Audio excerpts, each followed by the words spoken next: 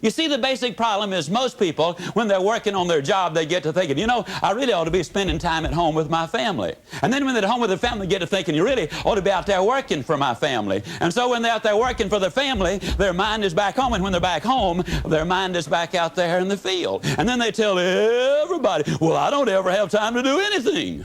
No wonder you're always traveling. You see, the basic problem is not lack of time, it is lack of direction. We all have exactly the same amount of time, whether we're a millionaire or a pauper. All of us have 24 hours every single day.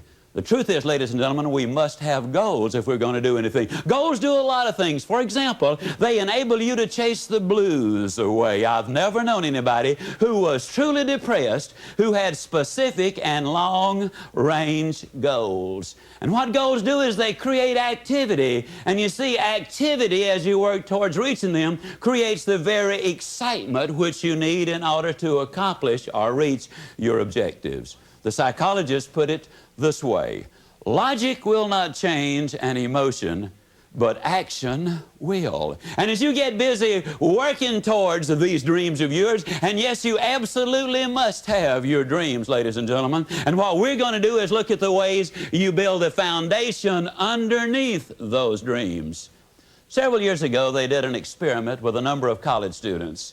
And in this particular experiment, they let them go to sleep, and they hooked these brain machines up to them. With these brain machines, they could determine precisely within a matter of seconds when the student went to sleep. Then they could tell when that student started to dream. And as the student would start to dream, they would awaken him or her. And then they'd let them go back to sleep, and that is no problem, but when they started to dream, they would awaken them again. And with those brainwave machines, they can tell exactly when they start to dream.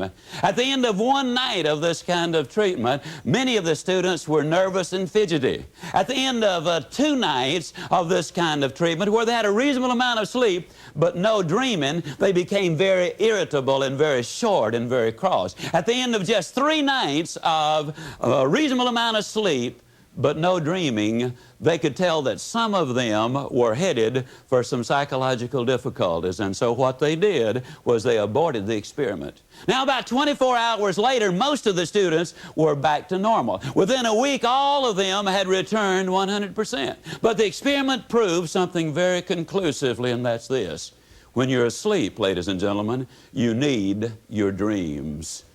I'm here to tell you that when you're wide awake, you also need your dreams. You must have your goals. You'll never make it as a wandering generality. You must become a meaningful specific. If you're going to work tomorrow because that's what you did yesterday, you're not going to be as good tomorrow as you were yesterday, because now you're 2 days older and no closer to the goal which you do not have. You can't make it as a wandering generality. Most people understand you got to become a meaningful specific. It reminds me of an experiment done some little while ago by Jean-Henri Fabre, the great French naturalist. He took a number of processionary caterpillars, so named because they follow each other in a procession, and he lined them around a flower pot until they formed a never-ending circle. And they started going round and round 24 hours that first day, and then they went the next day and the next, and by about the 3rd or the 4th day, he put some pine needles into the center of that flower pot. That's the food of the processionary caterpillar. They kept going round and round, 7 full days and 7 full nights. They went round and round until they literally dropped dead from starvation and exhaustion.